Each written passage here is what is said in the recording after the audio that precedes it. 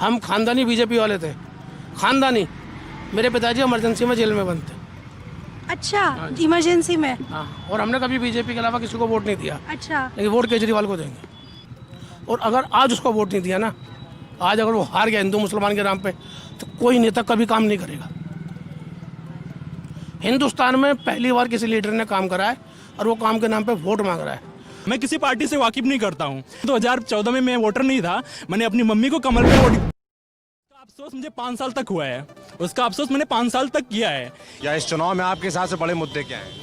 देखिए, मुझे एक शेर याद आता है कि ये भी गारेगा वो भी गारेगा, ये भी गारेगा वो भी गारेगा, जो भी जीतेगा जान मारेगा।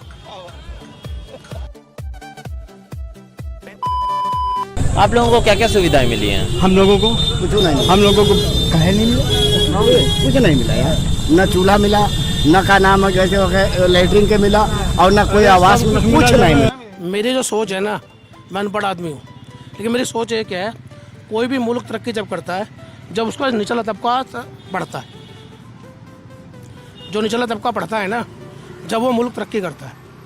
और पढ़ाई पे जो फोकस करा अरविंद केजरीवाल ने, उससे हम उसके फैन हो गए। फैन हो गए। फैन हो गए। हम खानदानी बीजेपी वाले थे, खानदानी। मेरे पिताजी इमरजेंसी में जेल में बंद थे। अच्छा, इमरजेंसी में। हाँ, और हमने कभी बीजेपी के अलावा किसी को वोट नहीं दिया। अच्छा, लेकिन वोट केजरीवाल को देंगे। ऐसा क्यों? एक बात बताओ, हम गरीब तबके से आते हैं, हमारे बच्चे प्राइवेट में नहीं पढ़ सकते।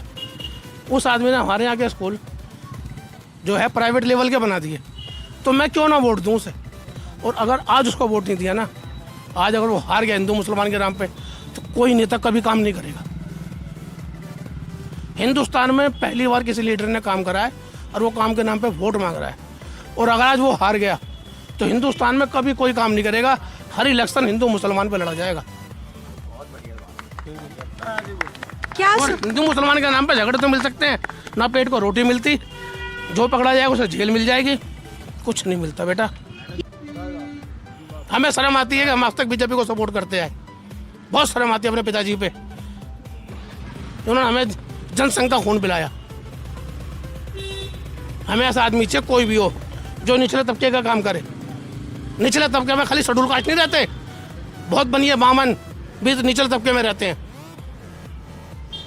मेरे बच्चे सरकारी स्कूलों में पढ़े हैं, वहाँ से पास आउट हुए सब। बच्चे घर में आते थे मिट्टी में लिपटे हुए, पसीने में तरबतर, आत्मा रोती थी देख के। आज वही बच्चे निकल रहे हैं स्कूल से फर्स्ट क्लास। मैं वोट क्यों दूं हिंदू मुसलमान को? और हिंदुस्तान के इतिहास में पहली गवर्नमेंट आई है, पहली गवर्नमेंट आई है जो सरप्लस है बजट इसका। तो बस बेटा, मेरी तो सोच ये है, आगे दिल्ली की जनता मालिक है, जो उसने करना है करे। मैं किसी पार्टी से वाकिफ नहीं करता हूँ। 2014 में मैं वोटर नहीं था। मैंने अपनी मम्मी को कमल पे वोट, उसका अफसोस मुझे 5 साल तक हुआ है। उसका अफसोस मैंने 5 साल तक किया है। आज के युवा, सबसे बड़ा मुद्दा हमारे लिए कि रोजगार और एजुकेशन। हमारे देश में जितना एजुकेशन होगा हम उतने ज्यादा डेवलप करेंगे। पहली बात, हम स्टूडेंट हैं, ना हमें मंदिर चाहिए ना मस्जिद चाहिए। आपने कितने एम्स दिए, कितने IIT दिए? बीटेक वाले कुली बन के घूम रहे हैं, तो क्या पकौड़ा तलें या कुली बने? क्या करें आप बताइए ना। हमें रोजगार चाहिए, हमें मंदिर मस्जिद से मतलब नहीं है। आप ये दिखाते हैं पाकिस्तान, हमें पाकिस्तान से भैया मतलब नहीं है। अभी यार फ्रॉम इंडिया, हम इंडिया को नेशन को डेवलप करना चाहते हैं। पाकिस्तान बाढ़ में जाए उससे हम मतलब नहीं रखते। आप पाकिस्तान, हर रैली में इनका पाकिस्तान मुद्दा। हमारे शहीदों को तो इन्होंने छोड़ा नहीं है कि शहीद हुए हैं उनके नाम पे वोट कर रहे हैं। हमारे जो शहीद हुए हैं जवान, उनको आप वोट देंगे क्या? ये कौन सी लैंग्वेज होती है? पहले कभी वोट दिया है? हाँ जी, पिछली बार मैंने वोट दिया था और मैंने भाजपा को ही वोट दिया था, मोदी जी को। पर वो लोकसभा के लिए था। पर इस वक्त पे जब हमें हमारे यहाँ का नेता चुनना है, MLA का जो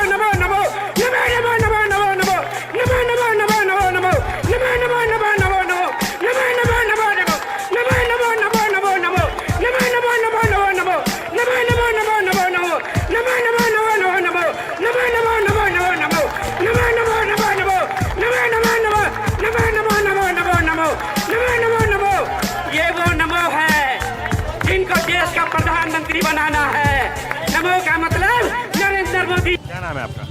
मेरा नाम शम्स आलम। देखिए, इन्होंने महेंद्र नाथ पांडे के बारे में कहा कि काफ़ी काम कराया है उन्होंने, तो आपके हिसाब से क्या काम हुआ?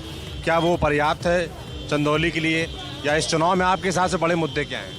देखिए, मुझे एक शेर याद आता है कि ये भी गारेगा वो भी गारेगा, ये भी गारेगा वो भी गारेगा, जो भी जीतेगा जान मारेगा।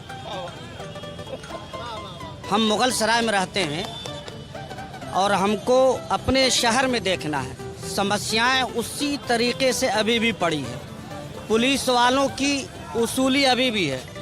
अच्छा, देश नफरत की राजनीति की नहीं चल सकती है। हिंदुस्तान में लोग सेकुलर हैं, नेता सेकुलर नहीं है। क्या हिंदुस्तान में आज हम और आप हैं, वेने जी हैं, गुड्डू यादव जी हैं, वहाँ देखिए हिंदू युवा वाहिनी के नेता हैं, हमारे वो सब हैं। कोई भी हिंदू भाई बता दे कि हमको एक भी मुसलमान से ताल्लुक नहीं है। कोई भी मुसलमान बता दे एक भी हिंदू भाई से हमारा ताल्लुक नहीं है। जिस देश में इतना प्रेम हो, गंगा जमनी हो, तो सिर्फ सियासत के लिए जहर क्यों उगला जा रहा है? जनता को आप मूर्ख समझना बंद कर दीजिए।